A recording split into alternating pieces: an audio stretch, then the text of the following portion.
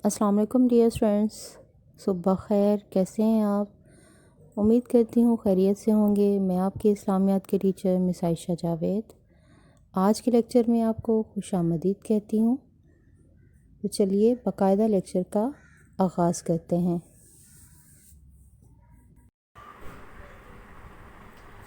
Six class, आज हम आपके नए सबक की बुलंदख्वानी करेंगे। सफ़ा नंबर 22 पर मौजूद हज का मफ़हूम और अहमियत, यानी हज का क्या मतलब है और इसको करने की क्या अहमियत, क्या फ़जीलत है, इसके बारे में हम आज पढ़ेंगे। हज अरबी ज़ुबान का लफ्ज़ है जिसके मायने, मकसद और इरादा के हैं। इस्लाम में मुकर्ररा दिनों में मखसूस तरीके के मुताबिक बैतुल्लाह की ज़ियारत करने का नाम जो है वो हज है। हज की अहमियत। हज इस्लाम के निज़ाम में इबादत का 5वां अहम रुकन है। ये एक माली इबादत है जो हर आकिल, बालिग और साहिब इस्तिताअत मुसलमान पर ज़िंदगी में एक मरतबा फ़र्ज़ है। कुरान मजीद में इरशाद रब्बानी है, तर्जुमा, और लोगों पर अल्लाह का हक यानी कि कर्ज़ है कि जो इस घर तक जाने की इस्तिताअत रखे वो इसका हज करे, और जो इस हुक्म की तामील ना करेगा तो अल्लाह भी अहले आलम से बेनियाज है।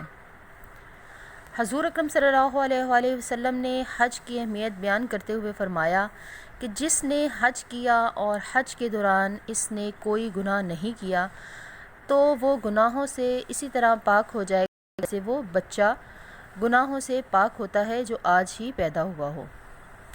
आप सल्लल्लाहु अलैहि वसल्लम ने इस्तिताअत रखने के बावजूद हज ना करने वाले के मुतल्लिक़ फ़रमाया है कि जिसे ना कोई ज़ाहरी ज़रूरत हज से रोक रही हो और ना कोई ज़ालिम बादशाह जो इसकी राह में हायल हो, और ना ही इसे बीमारी लाहक हो जो इसे हज से रोके, और फिर भी वो हज किए बग़ैर मर जाए तो वो एक मुसलमान की नहीं बल्कि यहूदी या ईसाई की मौत मरेगा।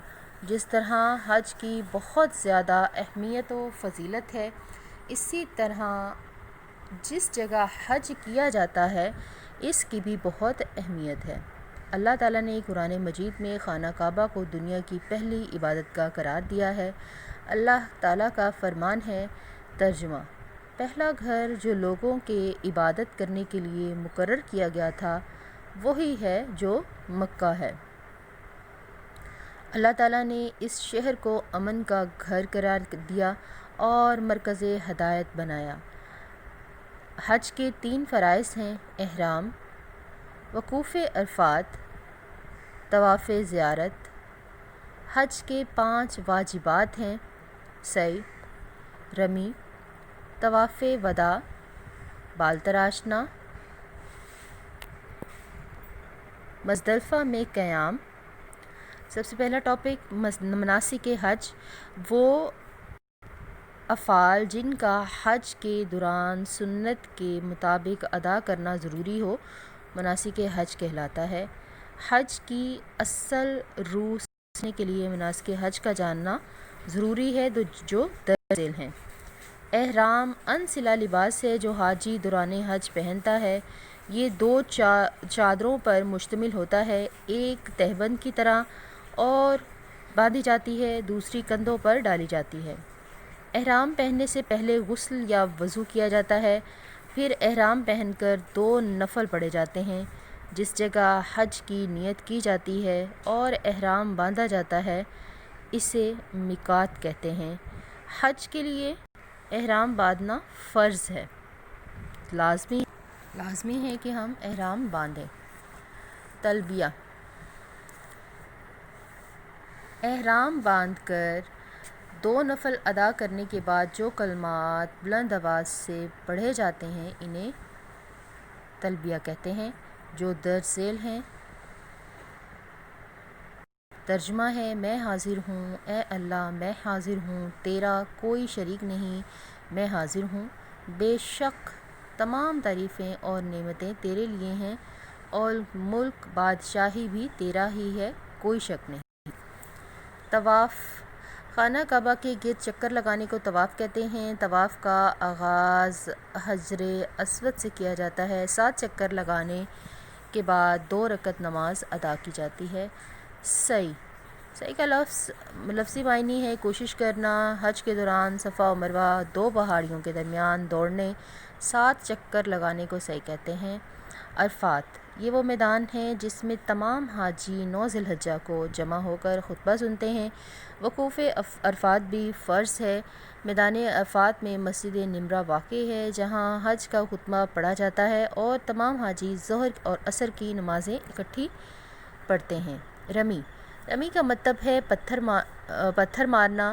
میدان عرفات میں مزدلفہ اور پھر واپسی پر منی کے میدان میں 3 ٹیلے ہیں، ان پر پتھر مارنے کو رمی الجمرات کہتے ہیں۔ حاجی 11، 12، 13 ذی الحجہ کو ٹیلوں پر پتھر مارتے ہیں۔ ان 3 دنوں کو ایام رمی کہتے ہیں۔ منی میں قیام کرنا، مکہ سے چند میل کے فاصلے پر منی کا میدان ہے۔ یہاں حاجی 2-3 دن قیام کرتے ہیں، قربانی دیتے ہیں، سر کے بال تراشتے ہیں اور احرام کھول دیتے ہیں۔ یہ قیام 8 ذی الحجہ کو ہوتا ہے۔ حاجی 9 ذی الحجہ کو وقوف عرفات اور مزدلفہ میں رات گزارنے کے بعد واپس منی میں قیام کرتے ہیں۔ طواف وداع، حج سے فارغ ہو کر مکہ چھوڑتے وقت بیت اللہ کا طواف کرنا طواف وداع کہلاتا ہے۔ یہ طواف ہر حاجی پر لازم ہے۔ مزدلفہ میں قیام، مزدلفہ میں مکہ مکرمہ سے 6 میل کے فاصلے پر واقع ہے۔ 9 ذی الحجہ کی شام کو تمام حاجی میدان عرفات سے واپس آ کر رات مزدلفہ میں گزارتے ہیں۔ یہ رات بہت ہی افضل ہے۔ حج دراصل سنت ابراہیمی ہے جس کی تجدید رسول اکرم صلی اللہ علیہ وسلم نے فرمائی۔ خانہ کعبہ کی تعمیر میں حضرت ابراہیم علیہ السلام نے اللہ تعالیٰ کے حکم سے کی۔ حج اسلامی مہینہ ذی الحجہ کی 9 تاریخ کو ادا کیا جاتا ہے۔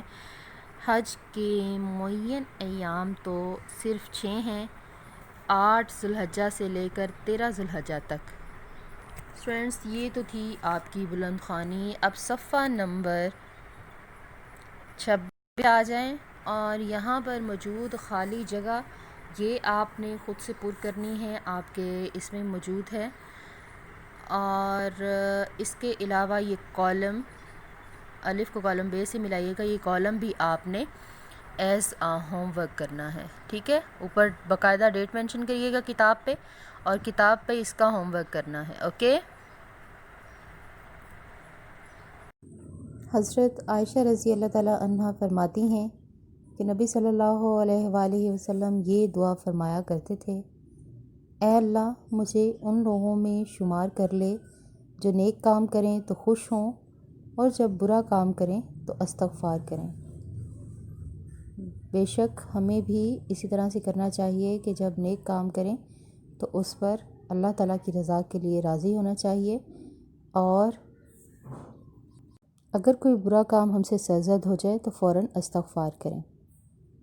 اس کے ساتھ ہی اجازت چاہوں گی، دعا میں ہمیشہ یاد رکھیے گا۔ اللہ حافظ۔